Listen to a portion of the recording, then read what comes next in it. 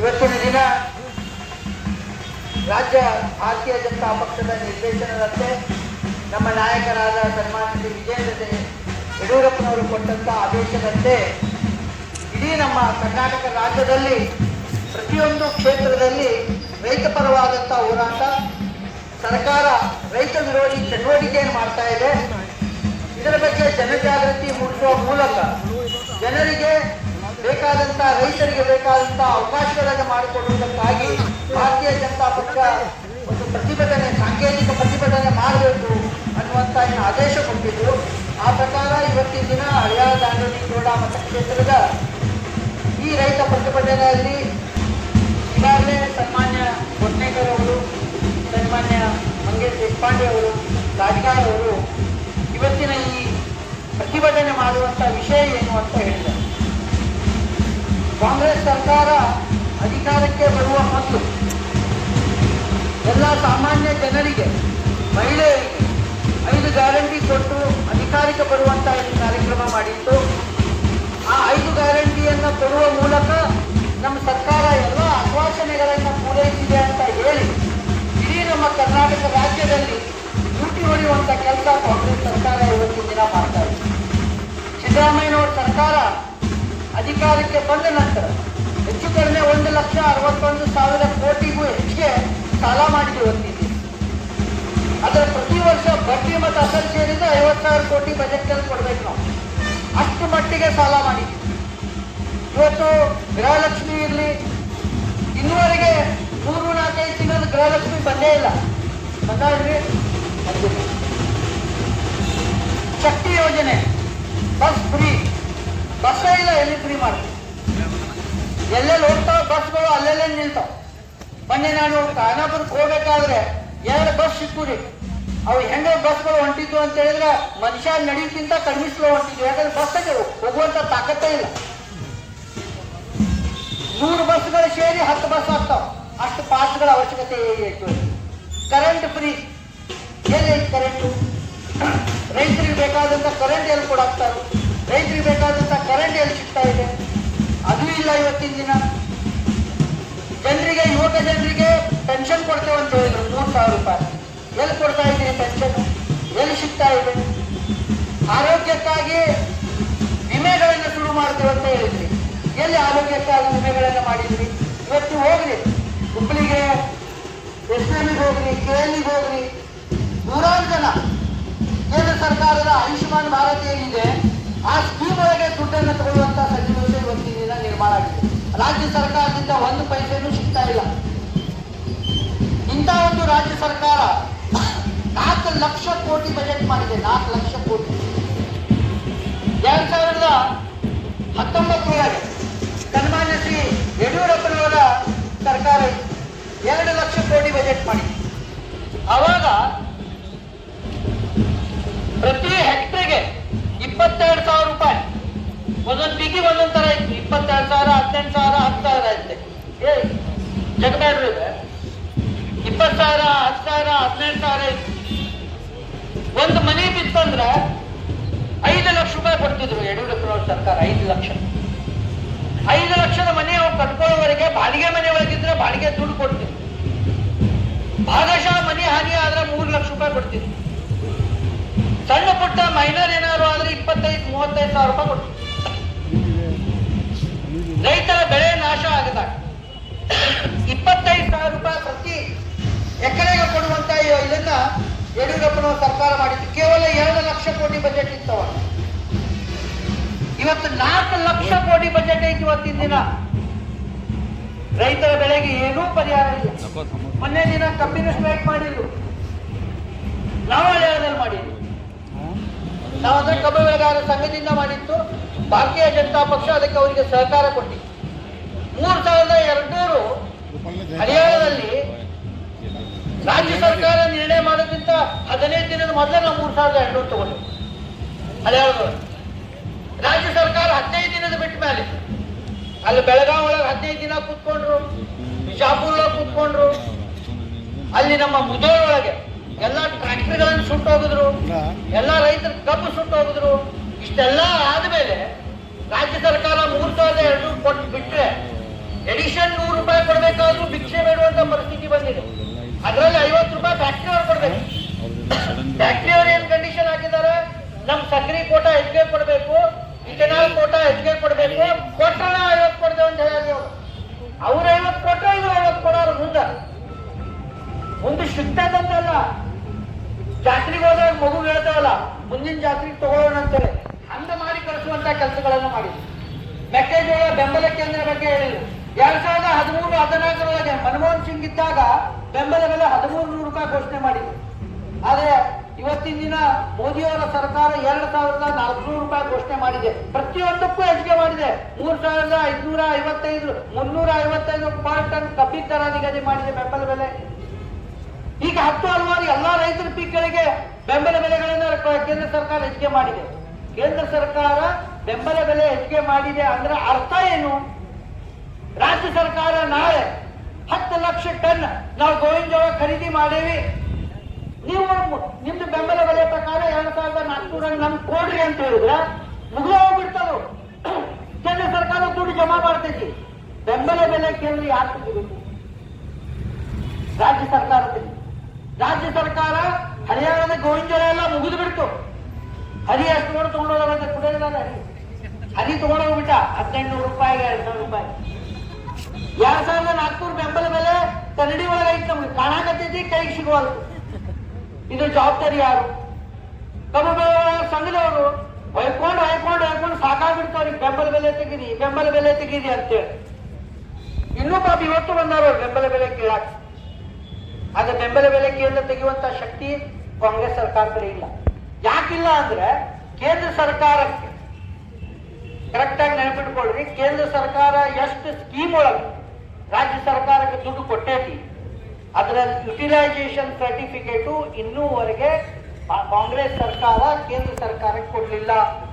ಆರೋಗ್ಯ ಇಲಾಖೆ ಇರಲಿ, ನೀರಾವರಿ ಇಲಾಖೆ ಇರಲಿ, ಗ್ರಾಮ ಪಂಚಾಯಿತಿಗಳಿರಲಿ, ಜಲಜೀವನ ಮಿಷನ್ ಮತ್ತೊಂದು ಏನಿದೆಯಲ್ಲ ಇದು ಯುಸಿಎಸ್ ಕೊಡ್ತಾರೆ. ಯುಟಿಲೈಸೇಷನ್ ಸರ್ಟಿಫಿಕೇಟ್ ಅಂತ ಕೊಡ್ಬೇಕು ರಾಜ್ಯ ಸರ್ಕಾರ, ಅದನ್ನು ಕೊಡ್ಲಿಲ್ಲ. ನಮ್ಮ ಸನ್ಮಾನ್ಯ ಹಳೆಯ MLA ಅವರು ಡಾಕ್ಟರ್ ದೇಶಪಾಂಡೆ ಹೊಸ ಚೇಂಜ್ ಆಗಕ್ಕೆ ಗೊತ್ತಾಯ್ತಿಲ್ವ? ಡಾಕ್ಟರ್ ದೇಶಪಾಂಡೆ ಆಗ್ಯಾರ. ನಿಮ್ಗೆ ಯಾವ್ದಾರ ಏನಾರ ಹೆಣ್ಮಕ್ಳದ ಏನಾರ ಡಿಲಿವರಿ ಇದ್ರೆ ಬರ್ತಾರೋ, ಹೊಸ ಯುದ್ಧ ತಗೊಂಡಾರೋ. ಈ ಡಾಕ್ಟರ್ ದೇಶಪಾಂಡೆ ಹಳೆಯಾಳಕ್ಕೆ ಬರ್ತಾನ, ಹಿಂದಿನ ಬಾಗಿಲಲ್ಲೇ ಮನೆಗೆ ಹೋಗ್ತಾನ, ಹಿಂದಿನ ಬಾಗಿಲಲ್ಲೇ ಹೊರಗೆ ಬಿಡ್ತಾನ, ಮುಂದಿನ ಬಾಗಿಲಕ್ಕೆ ಬರವಲ್ಲ. ಯಾಕೆ ಬರವಲ್ಲ ನಂಗೆ ಗೊತ್ತಿಲ್ಲ. ಮಂದಿ ಹೆದರು ಬರವಲ್ಲೋ ಏನು ಹಿಂದಿನ ಭಾಗದಿಂದ ಮಾಡಿ ಎಲ್ಲ ರೂಢಿ ಆಯ್ತು ನಂಗೆ ಗೊತ್ತಿಲ್ಲ. ಪ್ರತಿ ಸಲ ಬರುವುದು ಇಲ್ಲಿ ಬರುವುದು ತಹಶೀಲ್ದಾರ್ ಆಫೀಸ್ ಒಳಗೆ ಮೀಟಿಂಗ್ ಮಾಡು. ಇವ್ರು ನೋಡಿ ಕಬ್ಬು ಬೆಳೆಗಾರ ಸಂಘದವ್ರಿಗೆ ತಗೊಂಡು ಮೀಟಿಂಗ್ ಮಾಡಿದ್ರು. ಮೀಟಿಂಗ್ ಮಾಡಿದ ವಿಷಯ ಇವ್ರಿಗೆ ಪಾಪ ಗೊತ್ತಿಲ್ಲ. ಅವತ್ತೇ ಹೇಳಿ ನಾನು ಪತ್ರಕರ್ತರಿಗೆ ಯಾರು ಹೇಳೇನಿ, ಇದು ಮೀಟಿಂಗ್ ಮಾಡಿದ್ದೇನಂದ್ರೆ ಶುಗರ್ ಫ್ಯಾಕ್ಟ್ರಿ ಕಡೆ ವ್ಯವಸ್ಥೆ ಮಾಡ್ಕೊಳ. ಶುಗರ್ ಫ್ಯಾಕ್ಟ್ರಿ ಅವ್ರ ಬ್ಯಾಗ್ ಬಂತು, ಹಳೆಯ MLA ಅವರು ಬಾಯಿ ಮುಕ್ಕಳಿ ಎಲ್ಲ ಮುಚ್ಚಿ ಹೋಗ್ಬಿಟ್ರು. ಅವ್ರು ಏನು ಮಾತಾಡೋಲ್ರು, ಏನೋ ಮಾತಾಡಕತ್ತಾರ. ಮತ್ತೆ ಹೇಳ್ತಾರ ಕಬ್ಬು ಹೊರಗೆ ಕಳಿಸೋಂಗಿಲ್ಲ ಅಂತ. ಏನ್ ದೇಶಪಾಂಡೆ ಅವ್ರ ಅಪ್ಪನ ಮನೆ ಜಾಗ ಇನ್ನು ಅವ್ರ ಎಲ್ಲಾ ಜಾಗ ಇಂದಿರಾ ಗಾಂಧಿ ಸರ್ಕಾರ ತಗೊಂಡು ಕೊಟ್ಟು ಬಿಟ್ಟೈತಿ ಈಗ ರೈತರಿಗೆ. ಕಬ್ಬು ಹೊರಗೆ ಕಳಿಸಬಾರ್ದು ಅಂದ್ರ ಏನ್ ದೇಶಪಾಂಡೆ ಅವ್ರ ರಾಜ್ಯಭಾರ ಐತಿ ಇಲ್ಲಿ ಎಲ್ಲ ಮುಗಿದ ರೈತರಿಗೆ ರಾಜ್ಯಭಾರದ ಕೊಡಬಾರ್ದಂತ ಸ್ಟೇಟ್ಮೆಂಟ್ ಮಾಡುದು. ಕಬ್ಬಿನ ಬಿಟ್ಬಿಡ್ರಿಪ್ಪ, ಮೆಕ್ಕೆಜೋಳದ ಬಂಬಡಿ ಹೊಡ್ಯಾಕತ್ತಾರ. ನೀವು ಅದ್ರ ಮುಂದೆ APMC ಮುಂದಿಂದ ಹೋಗ್ತೀರಿ. ಒಂದು ಮೆಕ್ಕೆಜೋಳದ ಏನು ಬೆಂಬಲ ಬೆಲೆ ಕೇಂದ್ರ ತೆಗ್ಯಾಕ ಬರುದಿಲ್ಲ. ನಿಮ್ಮಂತ ಶಾಸಕರಿಗೆ ತಗೊಂಡು ಏನು ಉಪ್ಪಿನಕಾಯಿ ಹಾಕುದೈತಿ? ಎದಕವಾಗಿ ನಿಮ್ಮಂತ ಶಾಸಕ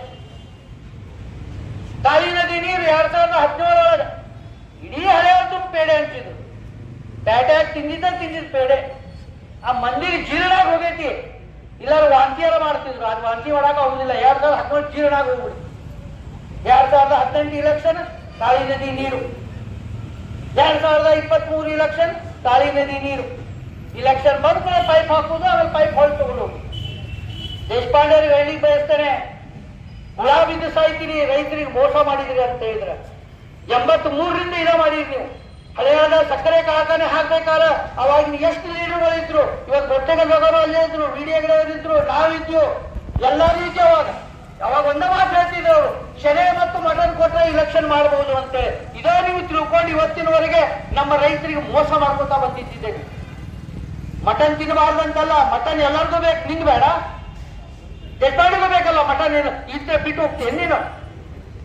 ರೈತರಿಗೆ ತಿನ್ನುವಂತ ಆಹಾರದ ಮೇಲೆ ವ್ಯಂಗ್ಯ ಮಾಡಿಕೊಂಡು ಇವತ್ತಿನವರೆಗೆ ನೀವು ಫ್ಯಾಕ್ಟ್ರಿ ಮಾಡದೇನೆ, ಕುಮಾರಸ್ವಾಮಿ ಮತ್ತು ಬಿಜೆಪಿ ಸರ್ಕಾರ ಇದ್ದಾಗ ಹಳೆಯದಲ್ಲಿ ಫ್ಯಾಕ್ಟ್ರಿ ಆಗಿದೆ. ಕಾಳಿ ನದಿ ನೀರಾವರಿಗೆ ನಾನು ಹೋರಾಟ ಮಾಡಿ ಇಡೀ ಹಳೆಯ ತುಂಬಾ ತಿರುಗಾಡಿದ ನಂತರ ಅವಾಗ ಇದೇ ದೇಶಪಾಂಡೆ ಹೇಳಿದ್ರು, ಕಾಳಿ ನದಿಗೆ ಹಳೆಯ ಬರಕ್ ಸಾಧ್ಯ ಇಲ್ಲ, ಕರೆಂಟ್ ಮಾಡಕ್ ನೀರು ಬೇಕು ಅಂತೇಳಿ. ನನ್ನ ಸ್ಟೇಟ್ಮೆಂಟ್ ಅದಾವ, ರೈಟಿಂಗ್ ಲೆಟರ್ ಕೊಟ್ಟವ್ರು ಸರ್ಕಾರಕ್ಕೆ ಅವರು. ನೀವು ನಮ್ಮ ಹಳೆಯಕ್ಕೆ ಕಾಳಿ ನದಿ ನೀರು ಕೊಟ್ರೆ ನೀವು ಕರೆಂಟಿಗೆ ಏನ್ ಮಾಡ್ತೀರ ಸರ್ಕಾರಕ್ಕೆ ಕೇಳ್ತಾರೆ ಇವರು. ಹಳೆಯಕ್ಕೆ ನೀರು ಬೇಕಂತ ಕೇಳಲಿಲ್ಲ. ಏನೋ ಮಂದಿ ಏನೋ ಆಶೆ ಇಟ್ರು, ಇಡೀ ಮನುಷ್ಯ ಮಾಡ್ತಾನಂತೇಳಿ ಮತ್ತೆ ಆದೇಶ ಕಳಿಸಿದ್ರ.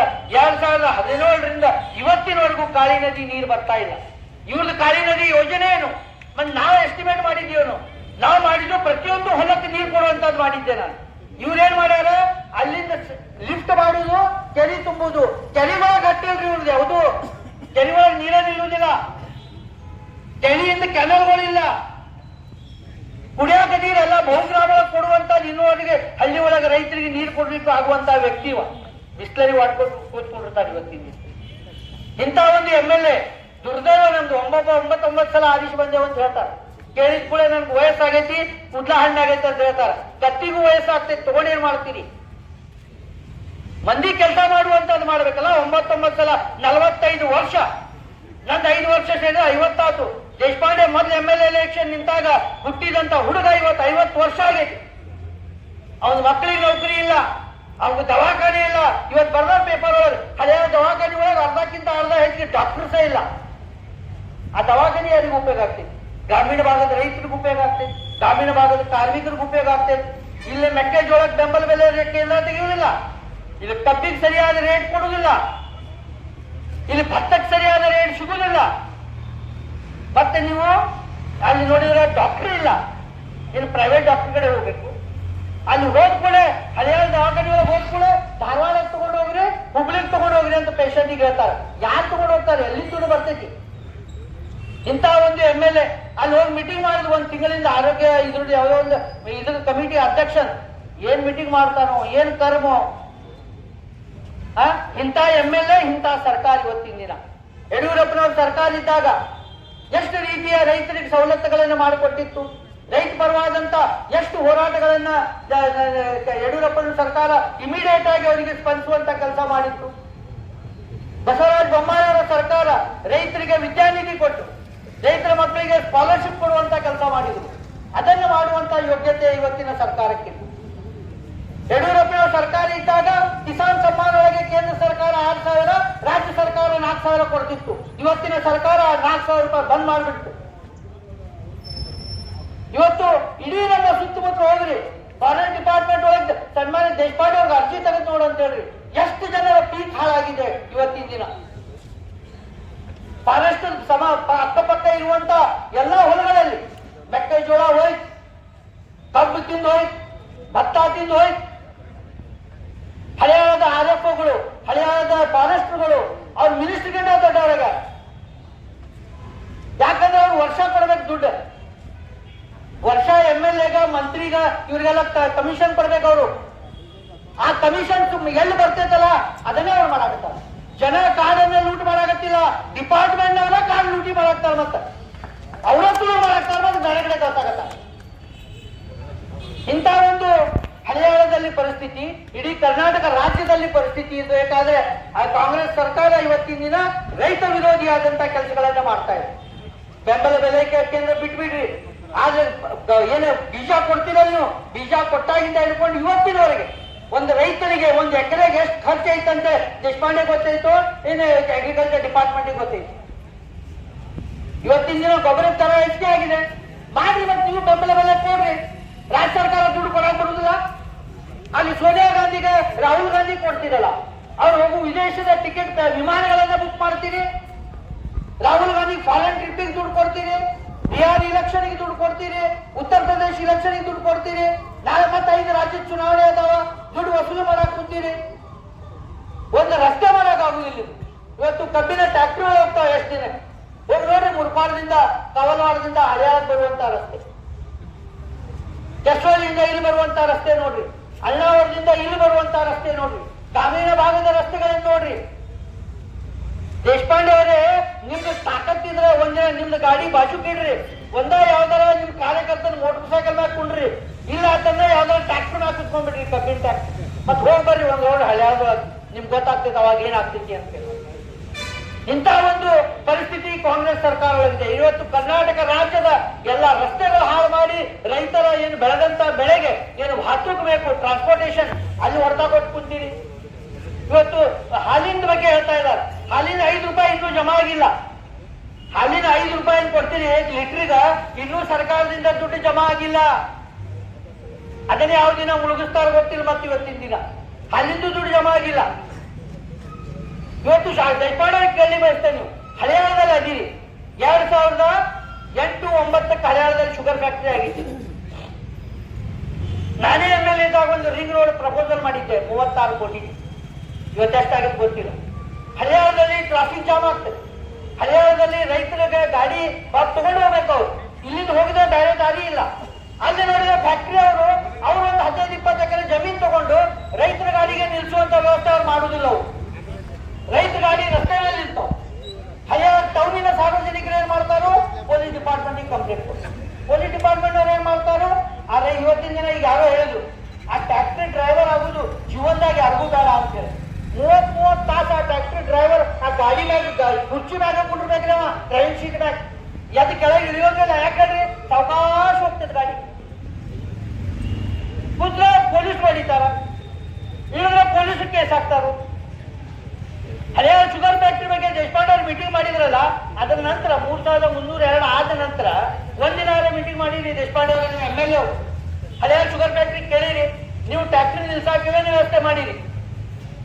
ಹಳೆಯಾಳದೊಳಗ ಈ ಶುಗರ್ ಫ್ಯಾಕ್ಟರಿ ಆಗ್ಬೇಕಾದ್ರೆ 4 ಲಕ್ಷ ಟನ್ ಹೆಚ್ಚು ಕಡಿಮೆ ಎವರೇಜ್ ನಮ್ದು ಕಬ್ಬಿತ್ತು. ಇವರಿಗೆ ಅವಾಗ 12 ಲಕ್ಷ ಟನ್ ಬೇಕಂತೇಳಿ ಧಾರವಾಡ ಗ್ರಾಮೀಣ, ಅಣ್ಣಾವರ, ಕಲ್ಲಗಡ್ಗಿ, ಮುಡಗೋಡು ಅಂತೆಲ್ಲ ತಗೊಂಡ್ರಿ. ಇವತ್ತು ಹಳೆಯಾಳದಲ್ಲ 8ರಿಂದ 10 ಲಕ್ಷ ಟನ್ ಮ್ಯಾಗ ಇವತ್ತಿನ ಕಬ್ಬ ಐತಿ. ನೀವು ಹಳೆಯಾಳದ ಟನ್ ಕಬ್ಬು ತಗೊಂಡು ಬಿಟ್ಟು ಹಳೆಯಾಳದ ಕಬ್ಬು ಇಲ್ಲ ಬಿಟ್ಟಿರಿ. ಹಳೆಯಾಳದ ಗಾಡಿ ಬಾಂಡ್ ಮಾಡಿದಂತ ಡ್ರೈವರ್ಗಳಿಗ, ಟ್ರ್ಯಾಕ್ಟರ್ನವರಿಗ 3 ದಿನಕ್ಕೊಂದು ಲೋಡ್ ಕೊಡ್ತೀರಿ, 3 ದಿನಕ್ಕೊಂದು. ಮತ್ತೆ ಹೊರಗಿಂದ ನೀವು ತರ ತಗೊಂಡು ಬರಾಕತ್ತೀರಿ. ಇವತ್ತಿನ ಅದು ಮಂದಿ ಕೊಡ್ಲಿಕ್ಕತ್ತೇನೋ. ಮತ್ತು ಪತ್ರಿಕೆಯ ಮೂಲಕ ತಹಶೀಲ್ದಾರ್ ಅವರಿಗೆ ನಾವೆಲ್ಲ ವೇದಿಕೆ ಮೇಲಿದ್ದವರು ಒಂದು ವಾರ್ನಿಂಗ್ ಕೊಟ್ಟಿಗೆ ಬರೀತೇವೆ. ಶುಗರ್ ಫ್ಯಾಕ್ಟರಿ ಅವರಿಗೆ ಹಳೆಯಾಳದ ಕಬ್ಬು 100 ಟನ್ ಕ್ರಶ್ ಮಾಡಿದ್ರೆ 80 ಟನ್ಗಿಂತ ಹೆಚ್ಚಿನ ಟನ್ ಹಳೆಯಾಳದ ಕಬ್ಬ ನೀವು ತಗೋಬೇಕು. ಹಳೆಯಾಳದ ಗಾಡಿಯವರಿಗೆ ಪ್ರತಿದಿನ ಲೋಡ್ ಕೊಡುವಂತ ಕೆಲಸ ಮಾಡಲಿಲ್ಲ ಅಂತ ಹೇಳಿದ್ರೆ ಮುಂದಿನ ವಾರದೊಳಗೆ ಭಾರತೀಯ ಜನತಾ ಪಕ್ಷ ಇದರ ಪರವಾಗಿ ಹೋರಾಟ ಮಾಡುವಂತ ನಿರ್ಣಯಕ್ಕೆ ಬರಬೇಕಾಗ್ತದೆ. ಆಮೇಲೆ ನಾವು ಜವಾಬ್ದಾರಲ್ಲ ಅದಕ್ಕೆ ಯಾವುದಕ್ಕೂ. ಯಾಕಂದ್ರೆ ಕಬ್ಬು ಹೋಗುವಂತ ಕಡಿಮೆ ಆದ್ರೆ ಅದು ರೈತರಿಗೆ ನುಕ್ಸಾನೇ, ಅದು ರೈತರಿಗೆ ಲಾಸ್. ಅದು ಗಾಡಿ ಒಳಗೆ ನಿಂತು 3 ದಿನ ನಿಂತ್ರ ರೈತ ಅಲ್ಲಿ ಕಡೆಯಾಗಿ ಕುಂತಿರ್ತಾನೆ. ಆ ಏನು ಕಡೆಯಂತ ಮಂದಿಗೆ ಚಿಕನ್ ಮಟನ್ ಕೊಟ್ಟು ಇವ್ರು ಪಾಪ ತಿನ್ನುವಾಗ ಚಿಕನ್ ಮಟನ್ ಅವ್ರಿಗೆ ಕೊಡುವಂತ ಪರಿಸ್ಥಿತಿ ಬಂದೈತಿ ಇವತ್ತಿನ. ಇಂಥ ಒಂದು ಹಳೆಯ ಶುಗರ್ ಫ್ಯಾಕ್ಟರಿ ಅವ್ಯವಸ್ಥೆಗೆ ಯಾರು ಜವಾಬ್ದಾರಿ? ಯಾರು ಮಾಡ್ಬೇಕು? ಶಾಸಕ ಮಾಡ್ಬೇಕಲ್ಲ. ಈ ಎಲ್ಲಾ ರೀತಿಯಿಂದ ನೋಡಿದ್ರೆ ದೇಶಪಾಂಡೆ ಹಿಡ್ಕೊಂಡು ಸಿದ್ದರಾಮಯ್ಯ ಪಟ ಇವರು ರೈತ ವಿರೋಧಿಯಾದಂತಹ ಸರ್ಕಾರ, ರೈತರಿಗೆ ವಿರೋಧಿ ಮಾಡುವಂತಹ ಸರ್ಕಾರ. ದೇಶಪಾಂಡೆ ದಿಲ್ಲಿಗೆ ಹೋಗ್ತಾನೆ ಮತ್ತೆ ಬೆಂಗಳೂರಿಗೆ ಹೋಗ್ತಾರೆ. ಎದಕ್ಕಂದ್ರೆ ನಮ್ ಕೆಲ್ಸಕ್ಕಲ್ಲ, ಅವಂಗ ಮಂತ್ರಿ ಸ್ಥಾನ ಬೇಕಾಗೈತಿ, ಅವಂಗ ಉಸ್ತುವಾರಿ ಮಂತ್ರಿ ಆಗ್ಬೇಕಾಗೈತಿ. ಯಾಕಂದ್ರೆ ಟ್ರೆಜರಿ ಒಳಗೆ ಖಾಲಿ ಆಗ್ಯಾವ. ಹೊಸ ಟ್ರೆಜರಿ ತಗೊಂಡ್ಬಿಟ್ರಿ ಅವ. ಸರ್ಕಾರ ಬಂದ ಕೂಡಲೇ ಹೊಸ ಈ ಖಾನೆಗಳು ರೆಡಿ ಮಾಡಿಟ್ಟಾರೆ. ಖಾನೆಗಳು ಖಾಲಿನದ ತುಂಬುದವಾಗವ. ಅದಕ್ಕೆ ಮಂತ್ರಿ ಸ್ಥಾನ ಬೇಕಾಗೈತಿ. DK ಶಿವಕುಮಾರಿಗೆ ಮುಖ್ಯಮಂತ್ರಿ ಬೇಕಾಗೈತಿ. ಯಾಕೆ ಬೇಕ್ರಿಪ್ಪ ನಿಮ್ ಮುಖ್ಯಮಂತ್ರಿ? ಇದ್ದಂತ ಮುಖ್ಯಮಂತ್ರಿನ ದಿವಾಳಿ ತೆಗದ. ಅವಂಗೆಲ್ಲ ಫೈನಾನ್ಸ್ ಗೊತ್ತಿದ್ದ ದಿವಾಳಿ ತೆಗದಾನ. DK ಶಿವಕುಮಾರಿಗೆ ಏನು ಗೊತ್ತಿಲ್ರಿ ಫೈನಾನ್ಸ್ ಹಿಂದೆ ಮುಂದೆ. ನೀವೆಲ್ಲ ಸೇರಿ ಕೊಟ್ಟಂತ ಸ್ಕೀಮ್ ಏನು? ರೈತರು 15-20 ದಿನ ಸ್ಟ್ರೈಕ್ ಮಾಡಿದ್ರೆ ಕಬ್ಬಿನ ದರ ಹೆಚ್ಚಾಗಿಲ್ಲ. ನಾಚಿಕೆಗಳು ನಿಮ್ಗ ಎಲ್ಲಾ ಕೇಂದ್ರ ಸರ್ಕಾರಗಳೇ ತೋರಿಸ್ತೀರಿ. ನೀವೇ ಮಾಡಾಕ್ತೀರಿ. ನೀವು ಬೆಂಬಲ ಬೆಲೆ ಕೊಡ್ರಲ್ಲ. ಕೇಂದ್ರ 2400 ಮಾಡೈತಿ, ನೀವು 100 ರೂಪಾಯಿ ಹಾಕೊಡ್ರಿ. 3200 ರೂಪಾಯಿ ಕೊಟ್ಟಿದ್ದು ನೀವೊಂದು 300 ರೂಪಾಯಿ ಹಾಕೊಡ್ರಿ. ನೀವು ಮಾಡಲ್ಲ. ನೀವು ಅದನ್ನು ಮಾಡುವುದು ಬಿಟ್ಟು ಈ ರೀತಿ ರೈತರನ್ನ ಸುಳಿಯುವಂತ ಕೆಲಸ ಏನು ಮಾಡಿದ್ದಿದೆ. ಅದಕ್ಕೆ ನಮ್ಮ ನಾಯಕರಾದ ಸನ್ಮಾನ್ಯ ಶ್ರೀ ವಿಜೇಂದ್ರ ಅವರೇನು ಹೋರಾಟದ ಕರೆ ಕೊಟ್ಟಿದ್ದೇವೆ. ಅದಕ್ಕೆ ಸಾಂಕೇತಿಕವಾಗಿ ನಾವು ಹೋರಾಟವನ್ನು ಇವತ್ತಿನ ದಿನ ಮಾಡಿದ್ದಿದೆ. ಹಳೆಯ ಶುಗರ್ ಫ್ಯಾಕ್ಟರಿ ಒಂದು ಹೇಳುವುದು ಇಷ್ಟೇ, ಎಲ್ಲಿ ಅರಣ್ಯ ಪ್ರದೇಶದ ಸುತ್ತಮುತ್ತ ಇರುವಂತಹ ಜಮೀನಿನಿಂದ ನೀವು ಕಬ್ಬನ್ನ ತಗೊಂಡು ಬರಲಿಲ್ಲ ಅಂತಿದ್ರೆ ಆ ಕಬ್ಬು ಕಳ್ಕೊಂಡು ಬಂದು ನಿಮ್ನ ಫ್ಯಾಕ್ಟ್ರಿ ಮುಂದೆ ಒಗಿತೇವೆ ಮತ್ತೆ ನೆನೆ ಬಿಡ್ಕೊಳ್ಳಿ ಮತ್ತೆ ಅಲ್ಲಿ ಕಡೆ ಹಾಕ್ತೇವೆ ನಾವ ಭಾರತೀಯ ಜನತಾ ಪಕ್ಷ ಮತ್ತೊಂದು ನೀವು ಫ್ಯಾಕ್ಟ್ರಿ ಮುಂದೆ ಒಗಿತೇವೆ ಅವಾಗ ಏನ್ ಮಾಡ್ತೀವಿ ನೋಡೋಣ. ಮತ್ತು ಪ್ರತಿಯೊಂದು ರೈತ ಫ್ಯಾಕ್ಟರಿಗೆ ಪ್ರತಿದಿನ ಲೋಡ್ ಕೊಡುವಂತ ವ್ಯವಸ್ಥೆ ಆಗಬೇಕು. ಹಳೆಯ ಭಾಗದ ಕಬ್ಬು 100 ಟನ್ನಲ್ಲಿ 80 ಟನ್ಗಿಂತ ಹೆಚ್ಚಿಗೆ ಹಳೆಯ ಭಾಗದ ಕಬ್ಬು ಹೋಗಬೇಕು. ಇದು 8 ದಿನದಲ್ಲಿ ಮಾಡಲಿಲ್ಲ ಅಂದ್ರೆ ಮುಂದಿನ ದಿನಗಳಲ್ಲಿ ರಸ್ತಾ ರೋಗ ಪೊಲೀಸರು ಇಲ್ಲದೆ ಹೇಳ್ತೇವೆ ನಾವು ರಸ್ತಾ ರೋಗ ಬಂದ್ ಮಾಡಿ ಇದನ್ನು ಹೋರಾಟ ಮಾಡುವಂತ ಕೆಲಸ ಮಾಡ್ತೇವೆ. ಮತ್ತು ಎಲ್ಲಾ ಫ್ಯಾಕ್ಟರಿಗಳಿಗೆ ಅಲ್ಲಿ ನಿಲ್ಲಿಕ್ಕೆ ವ್ಯವಸ್ಥೆ ಆಗಬೇಕು. ಫ್ಯಾಕ್ಟರಿಗಳಲ್ಲಿ ನಿಲ್ಲುವುದಷ್ಟೇ ಅಲ್ಲ, ಅಲ್ಲಿ ಏನ್ ಡ್ರೈವರ್ಸ್ ಇರ್ತಾರೆ, ಅಲ್ಲಿ ಏನೇ ಯಾರು ಇರ್ತಾರೆ ಅವರಿಗೆ ಫ್ರೀ ಚಾ ಮತ್ತು ಊಟ ಗೀಟ ಕೊಡ್ಬೇಕು. ಅವರು ಊಟ ಫ್ರೀ ಶುಗರ್ ಫ್ಯಾಕ್ಟರಿ ಕೊಡ್ಬೇಕು, ಚಾ ಫ್ರೀ, ಅವ್ರಿಗೆ ಏನ್ ನಾಷ್ಟಾ ಬೇಕು ಶುಗರ್ ಫ್ಯಾಕ್ಟರಿ ಕೊಡ್ಬೇಕು. ಅಲ್ಲಿ ಕುಡಿಲಿಕ್ಕೆ ನೀರಿನ ವ್ಯವಸ್ಥೆ ಇರ್ಬೇಕು, ಅಲ್ಲಿ ಶೌಚಾಲಯಗಳು ಇರ್ಬೇಕು. ಎಲ್ಲ ಡೈರೆಕ್ಟ್ ಏನು ಫ್ಯಾಕ್ಟರಿ ನಿಂತಲ್ಲಿ ಇಷ್ಟು ಮಾಡಲಿಲ್ಲ ಅಂತ ಹೇಳಿದ್ರೆ ಮುಂದಿನ ದಿನಗಳಲ್ಲಿ ಸಕ್ಕರೆ ಕಾರ್ಖಾನೆ ವಿರುದ್ಧ ಹೋರಾಟ ಮಾಡುವಂತ ಸನ್ನಿವೇಶ ನಿರ್ಮಾಣ ಆಗ್ತದೆ ಅನ್ನುವಂತ ಎಚ್ಚರಿಕೆಯನ್ನು ಕೊಡ್ತೇನೆ. ಸರ್ಕಾರಕ್ಕೂ ಕೊಡ್ತೇನೆ, ಹಳೆಯಾದ ಡಾಕ್ಟರ್ ದೇಶಪಾಂಡೆ ಅವ್ರಿಗೂ ಕೊಡ್ತೇನೆ, ಮತ್ತೆ ಎಲ್ಲ ಅಧಿಕಾರಿಗಳಿಗೂ ಅರ್ಜಿ ಕೊಟ್ಟ ಇವತ್ತಿನ ಈ ಕಾರ್ಯಕ್ರಮದಲ್ಲಿ ಭಾಗವಹಿಸಿದಂತ ನಿಮ್ಮೆಲ್ಲರಿಗೂ ನಾನು ಧನ್ಯವಾದಗಳನ್ನು ಹೇಳ್ತೇನೆ. ಮುಂದಿನ ದಿನಗಳಲ್ಲಿ ಉಗ್ರವಾದಂತಹ ಹೋರಾಟ ಮಾಡುವ ಮೂಲಕ ಭಾರತೀಯ ಜನತಾ ಪಕ್ಷದ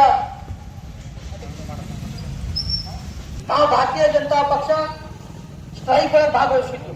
ಯಾಕೆ ಭಾಗವಹಿಸಿದ್ವಿ ಕಬ್ಬು ಬೆಳೆಗಾರರ ಸಂಘಕ್ಕೆ ಅಂತ ಹೇಳಿದ್ರೆ ಅವ್ರು ಮಾಡುವಂತ ಹೋರಾಟ ನ್ಯಾಯಯುತವಾಗಿತ್ತು. ನಾವು ಹೋರಾಟ ಮಾಡಿ ಅವ್ರ ಸಂಗಡ ಸಹಕಾರ ಕೊಡ್ತೀವಿ.